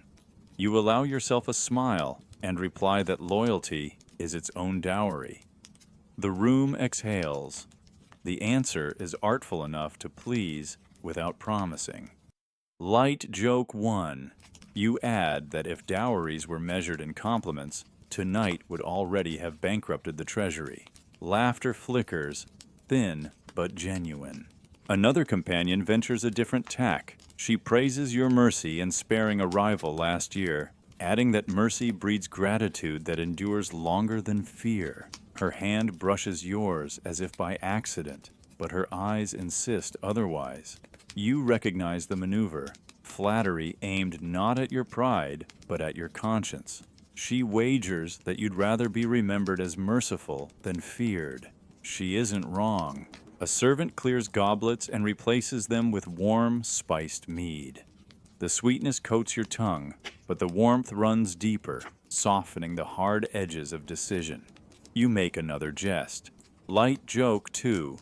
You say that if politics were mead, you'd prefer it watered. Strong drink leads to strong regrets.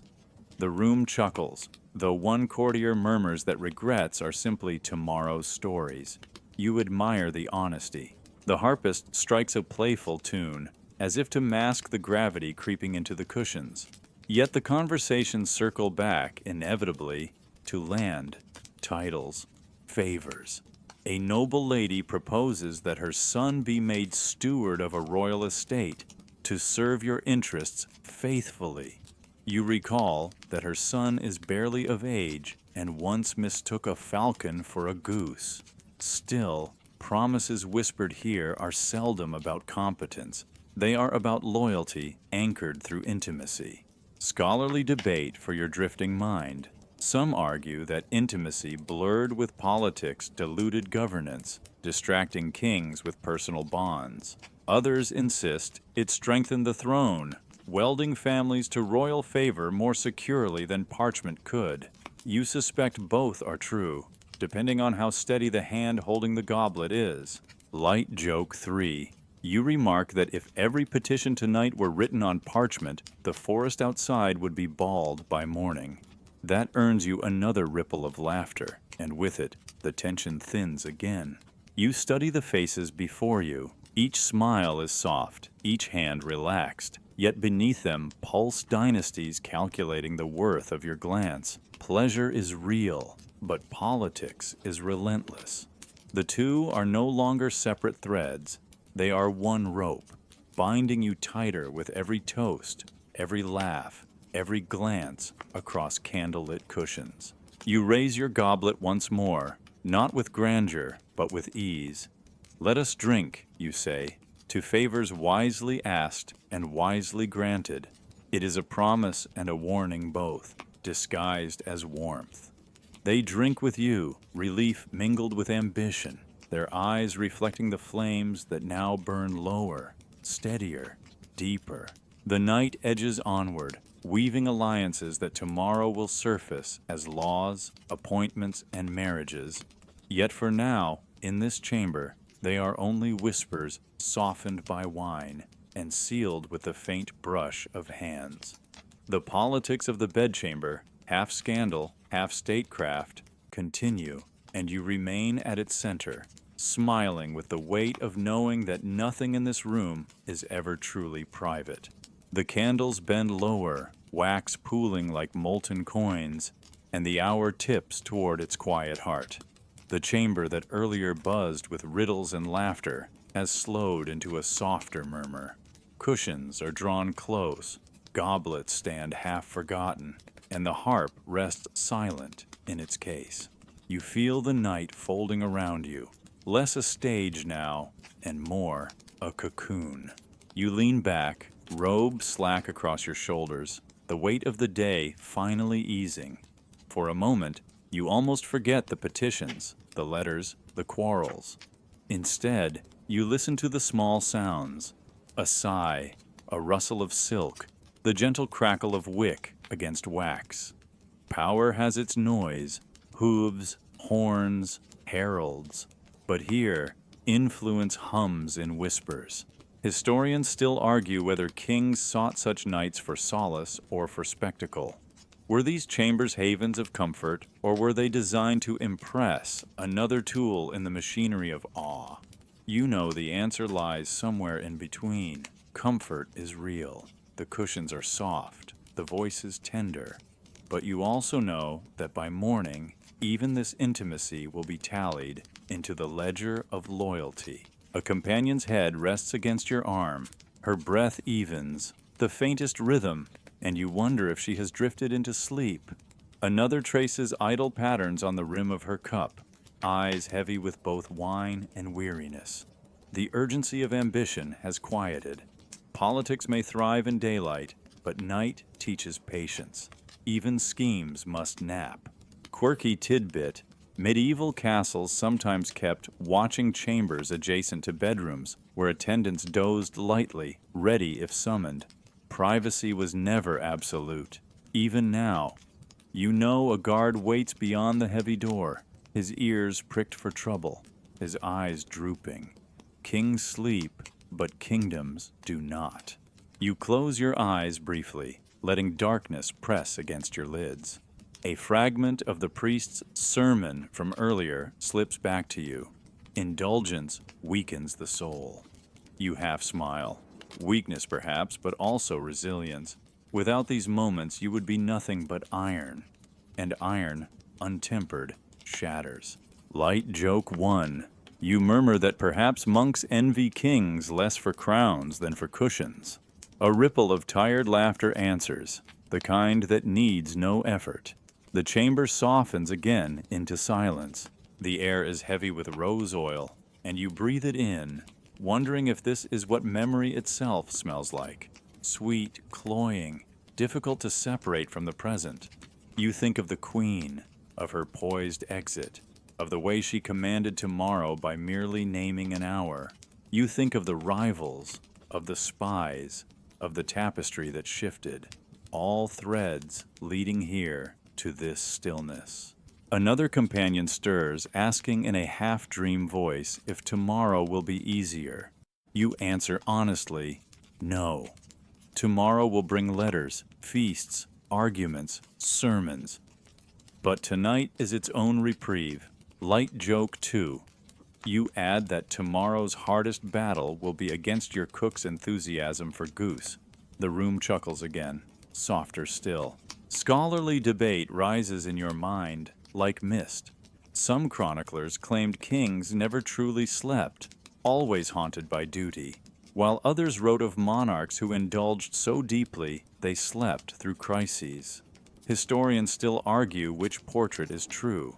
You know the reality is stranger, that kings both never rest and always must, caught between vigilance and exhaustion.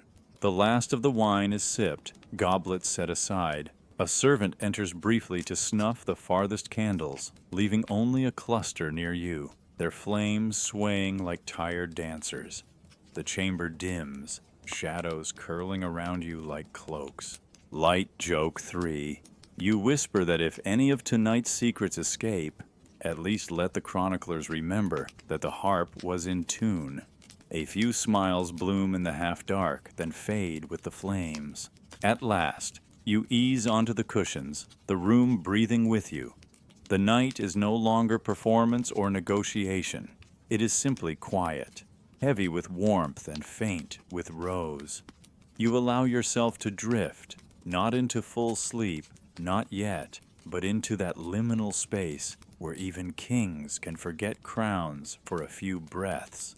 The candles gutter lower, the chamber fades into hush. You close your eyes, the day behind, tomorrow waiting, and in between. This midnight quiet, neither mercy nor sin, only silence. Dawn presses a pale thumb against the shutters, and the room blurs from gold to gray. You wake not to trumpets, but to the soft arithmetic of consequences. Candles are stubs, cushions askew, goblets stranded like little shipwrecks. For a breath, you belong to the hush. Then the door hinge whispers, and the day collects you the way a tide collects driftwood. Inevitable, unceremonious, thorough. Attendants move with chapel-footed quiet. A ewer steams, linen descends over your shoulders. Fingers fasten what fatigue wants to ignore. The scent of rosemary water tries to persuade your eyes it's noon already.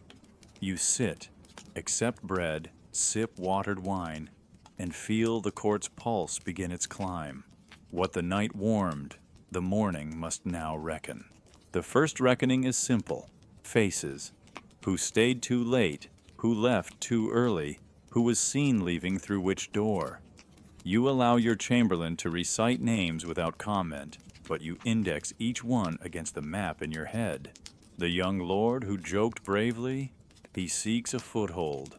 The widow who praised mercy, she wants a steward's seal for her son.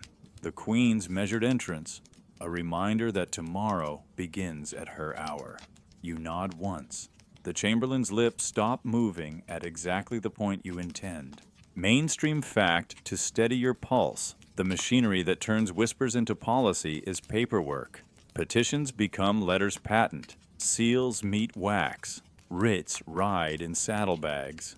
In England, clerks once notched tally sticks, split hazel rods recording sums owed, so that two matching halves could prove a debt without trusting a single man's memory.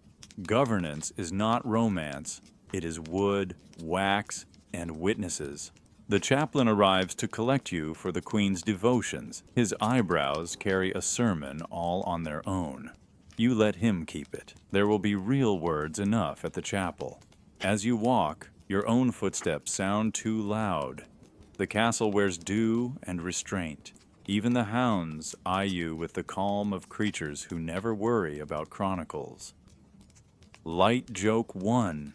You scratch one behind the ear and mutter that if dogs ran courts, everyone would be fed and nobody would write letters. The hound grins as if voting aye. In the chapel, candles braid light with stone. The queen kneels flanked by her ladies. You take your place a step behind and to the side, a chessboard courtesy that acknowledges two powers and one altar. Psalms murmur. Incense threads the air. You bow when you must, speak when custom requires, and study the congregation in the same heartbeat. Who sings, who watches, who counts instead of praise. Historians still argue whether such court devotions were acts of sincere piety or carefully staged tableaux of fidelity. Today, they are both, and useful either way. After the final Amen, the Queen lifts her eyes just long enough to measure you and the room. She departs in a disciplined drift. Courtiers arrange themselves like filings around a magnet. A widow is directed toward alms via the Queen's almoner. A young knight gets a nod from a bishop that will bloom into dinner. The lady who laughed too brightly last night receives a gentle public kindness that trims rumor's claws. Your queen edits the story of the night without touching a quill. Back in the solar, the reckoning shifts to coin and parchment. The treasurer brings ledgers and the chancellor brings wax. You sign confirmations that cost you nothing and grant the appearance of everything. You delay 3 requests that smell of haste. You reassign a stewardship from the Falcon Confuser to a cousin who can tell goose from hawk before breakfast. Light joke 2. You explain the change as avian literacy, and even the scribe smiles into his ink. A messenger arrives, powdered with road dust, kneels, and delivers the rival's letter you folded last night. Now, in daylight, its courtesies seem thinner, its tariff threat thicker. You draft a reply that praises his hospitality, ignores his timeline, and attaches a gift of pepper worth more than his flattery. Diplomacy is sometimes seasoning. The taste lingers even when the plate is cleared. Quirky tidbit. For heavy heads, some physicians recommended possets, warm milk curdled with ale or wine, spiced with nutmeg or ginger. Others swore by raw cabbage, which is a remedy and a dare. You decline both, choosing bread and watered wine and the older cure called responsibility. Petitions queue like pilgrims. The young nobleman from last night bows with exactly the right degree of humility, requests nothing for himself, and then stumbles accidentally into asking everything for his sister. You grant a courtesy that promises neither marriage nor title and looks like hope from 3 paces. He beams. Hope is cheaper than dowry and, if properly lit, just as brilliant. The rival houses whose bracelets and glances tangled behind tapestries must be soothed. You send a falcon with a silver jest to one, a hunting invitation to the other. You order a public reconciling entertainment, a pas d'armes, at the next fair, where clashing lances will translate last night's geometry into daylight spectacle. Historians still argue whether such pageants relieved tensions or rehearsed them for real war. You prefer rehearsals that end with applause. By midday, the ledger of consequences looks almost elegant. The Queen's devotions have cooled the floor. Your letters have salted the borders. Last night's laughter has been converted into 3 minor appointments, 1 graceful delay, and a rumor that now walks with a limp. You eat bread dipped in broth and allow yourself the smallest exhale. Then comes the scrap no one predicted. A servant confesses that a groom bragged in the stables about who sat nearest to you on the cushions. You could turn this into a cudgel, make an example, hang the gossip by his own tongue. Instead, you fine him a week's wages and task him to deliver bread to the poor at the gate, where every mouth will learn generosity is louder than rumor. Light joke 3. You add that if he must boast, he may boast about loaves. Laughter rustles. The lesson lands. Scholarly debate to stack neatly beside the wax seals. Did intimacy in the royal orbit corrode discipline or weave firmer bonds? Your morning answers itself. It depends on what you do next. Nights can tangle, mornings can comb. You have combed. One last order. The tapestry from the chamber, that alert, breathing heiress, will be rehung in a different corridor. Let it listen to drafts, not secrets, for a season. And let the court notice the change without comment. Architecture, like rumor, can be steered. By late afternoon, the sun finds your window, glancing off the crown resting on its cushion. You do not put it on. You do not need to. The crown is already everywhere, in letters and glances, in chapel schedules and almoner lists, in tally notches and the measured distance you kept while granting favors. The knight wrote invitations. Morning has written terms. You stand, stretch the stiffness from your shoulders, and look toward the yard where hawks blink like solemn judges on their perches. Tomorrow will bring more petitions, more dinners, more verses about virtue tripping over fortune's hem. But today, the reckoning holds. The realm is quiet enough to hum, and your name, for the moment, tastes of bread rather than rumor. The afternoon settles into a brass-tinged quiet, and you stand at the window where the light lays its careful geometry across the stone. Below, the yard turns, patient as a mill wheel. Grooms leading horses, a boy chasing a hat that has decided to become a kite, laundry snapping its little flags of surrender to the wind. You watch it all and understand that your reign will be remembered less by what you intended and more by what the world found easy to retell. Stories survive because they fit into mouths. You turn from the window to the table where a clerk has stacked fresh parchment. He asks whether you'll commission a chronicle. It is a trap disguised as parchment. If you do, you buy praise that ages like fruit. If you don't, you let enemies string your life on their own thread. Mainstream historical fact to steady your choice. Many medieval kings paid court historians, chroniclers, or poets to shape memory, from Capetian France to Plantagenet England. You think of how those pages sparkle at feasts and smolder in monasteries later, waiting for some distant scholar to underline you with a frown. The clerk clears his throat. Your Majesty. You wave him away for now, gentler than the motion feels. A chronicle can wait one breath longer while you decide if you are commissioning a mirror or a mask. You pace. The tapestry in this room shows saints and lilies. The arras does not stir. No eavesdropper breathes behind it. It makes you almost nostalgic for last night's stag with its nervous hounds. Memory is a house with many rooms and very few locks. Quirky tidbit to pin in a margin.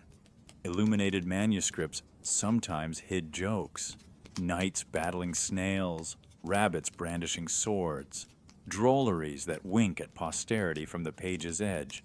Even monks could not resist telling two stories at once. A messenger brings a list, the morning's alms carried to the gate, the falcon gift delivered, the hunting invitation accepted. Your edits to last night are already becoming daylight. Historians still argue whether such soft corrections counted as statesmanship or stagecraft. Perhaps they were both. You have learned that a rumor is best managed with a loaf of bread and a new appointment. Archives remember seals, people remember gestures. The Queen returns, not in person now, but in effect. Her almoner reports the chapel attendants and who wept, genuinely or wisely, during prayers. You take the parchment, scan the names, and feel the ledger of the night tilt one final time toward equilibrium. It is a relief that tastes like water. Light joke 1. You tell the almoner you are grateful the statues did not yawn. The poor man nearly crosses himself for laughing. You sit and let your hand find the edge of the crown lying on its cushion. In the metal you see a blur of yourself, a king, or a rumor of one.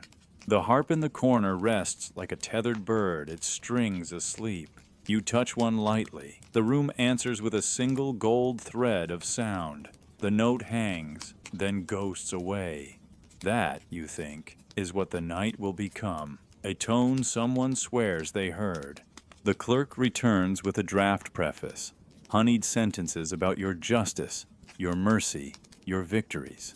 He writes as if he's carving a statue of you from butter, impressive until the hall gets warm. You suggest he include the mills you rebuilt, the river toll you lowered, the winter stores the Queen managed. He blinks as if practicality were scandal. You insist. Kings are not only pageants, they are repairs. Scholarly debate to tie to your sleeve. When chroniclers linger on libertine courts, are they capturing the center or the fringe? Some argue the bedchamber bent policy. Others claim it was a glittering eddy beside the main current of taxation, justice, and war. Historians still argue whether your nights are the story or just its most replayable scene. You smile at the thought that posterity may file you under comfits and consequences.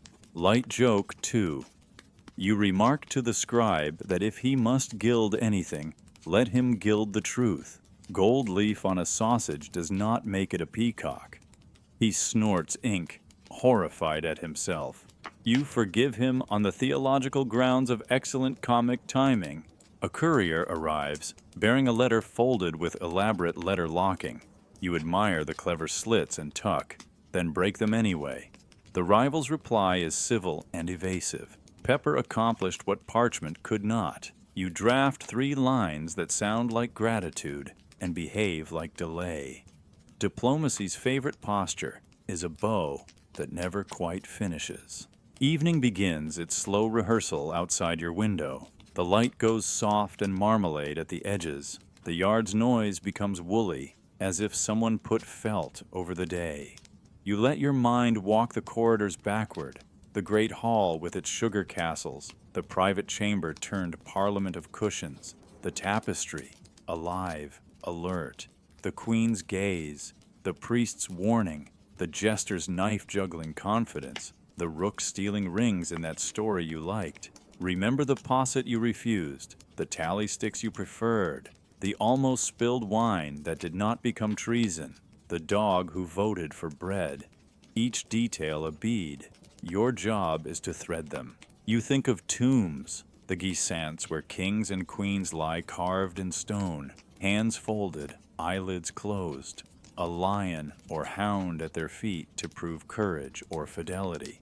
Those statues look like sleep without rumor. No sugar, no snails with lances, no heiress breathing like a patient. One day, a stone you will not supervise will say what you were. Light joke. 3. You hope the sculptor understands your nose better than your portraitist did last spring. The court laughed then, and it laughs again now, softer and kinder than the first time. You return to the window for the last of the daylight. You picture a monk a century hence copying your name with chill fingers. A poet 2 centuries after still humming a verse about a mask. A scholar 5 centuries on arguing that you either saved the realm with mercy or ruined it with marzipan. Perhaps all 3 can be true, depending on which page someone turns. The harp string you plucked a moment ago has forgotten you. That is the lesson. Nights glow, then dim. Bread disappears and becomes strength. Kisses become marriages or mistakes. Decrees become customs and later curiosities. Memory keeps what is useful, spectacle what is beautiful, and rumor what is easy. If you must be remembered, be useful and a little beautiful. Leave rumor nothing to stand on but envy. You lift the crown, not to wear it, but to feel its weight, the honest weight that no candlelight can sweeten. Then you set it down, sign 2 writs, call for bread to be given at the gate, and ask the musician to tune the harp for tomorrow. Let posterity choose its page. Tonight, you will choose your bed and, for once, sleep. The castle is quiet now, the kind of quiet that feels like it has been earned. The last duties have been inked, the last courtiers sent to their chambers, and the crown rests where it should, on a cushion, not your head. You sit for a long while with only the faint crackle of the hearth for company, the fire shrinking into embers that glow like tired eyes. The night has its own rhythm, slower, longer, stretching thoughts into softer shapes. You breathe more deeply, letting the stiffness of the day ease from your shoulders. Every sound grows tender, the sigh of wind through the arrow slits, the low shuffle of a guard changing post. the muted hoot of an owl far beyond the courtyard. Even the stones seem to exhale. You feel the weight of history loosening, no longer a chain, but a blanket, heavy enough to comfort, light enough to allow rest. You remind yourself gently that tomorrow will come with all its noise: petitions, letters, smiles that mean bargains, sermons that mean judgment. But not yet. Tonight, the kingdom asks nothing. Tonight, the ledger closes and the ink dries. You allow yourself to drift into a softer register, where memory turns to mist and worries to shadows without edges. If chroniclers argue tomorrow, let them. If rumors twist, let them. The chamber is yours now, the silence loyal only to you. You stretch out on the cushions, eyes half closed, listening not to harpstrings or whispered pleas, but to your own breath, steady and calm. For the first time in many hours, you are neither ruler nor negotiator. You are simply a figure in candlelight, waiting for sleep to claim you gently. The embers fade, and the castle fades with them, until all that remains is the slow rhythm of breath, the soft hush of stone, and the certainty that for this moment, peace belongs to you. Now, for joke number 3, if medieval monks could see today's bedtime gummies, they'd probably shake their heads and say, "We suffered through valerian tea for this." You close the manuscript and look up. The scriptorium fades, replaced by your own room. Yet you feel the weight of centuries in your pillow, in the cup of tea at your bedside, in the sachet of lavender tucked near your sheets. Every herb you've met, valerian, chamomile, poppy, mandrake, rosemary, lavender, St. John's wort, hops, sage, mugwort, still whispers across time. Their stories survive because people kept writing, planting, sipping, and believing. And so, the legacy of medieval herbs for sleep is not just in old books or forgotten gardens. It is in you, tonight, preparing to drift off with the same hope as a monk after Compline, a pilgrim after miles on the road, a mother after quieting her child. The night may change, the beds may improve, but the desire is constant: rest and the gentle help of plants to find it. The bells of the monastery toll in memory, fading into your own breathing. The herbs are still here. The story closes, but sleep continues. The garden is quiet now, its beds folded into shadow. The paths you walked, the lavender, the rosemary, the mugwort, are still there, but they no longer call for explanation. They only breathe fragrance into the dark, soft reminders that countless people have carried these same scents to bed for centuries. You feel your own body slow, as if it has been folded into that history. The monks who brewed syrups, the mothers who tucked sachets under pillows, the pilgrims who carried sprigs in their shoes, they all arrive beside you, their remedies no longer strange but familiar. The night is no longer restless. It is layered with every herb's gentle weight. Breathe in once, as if filling your lungs with lavender's calm. Hold it, as if rosemary is sharpening your memory of peace. Let it out slowly, the way chamomile softens bitterness, leaving only sweetness behind. Each breath is a small garden. Each exhale, a step further into rest. Your thoughts begin to blur like ink that's been washed with water. Words loosen. The shapes of the day unspool into something slower, softer. You are no longer standing in a monastery or on a road. You are simply lying where you are, held by a bed that has become its own cloister. If worries linger, let them find a place among the herbs. Imagine placing one anxious thought into a poppy head, another into a sage leaf, another into a violet petal. Close the lid, close your eyes, and trust the garden to hold them until morning. Now the bells are far away, their echo folded into silence. Only your breathing remains, steady and sure. The story has ended, but your rest has just begun.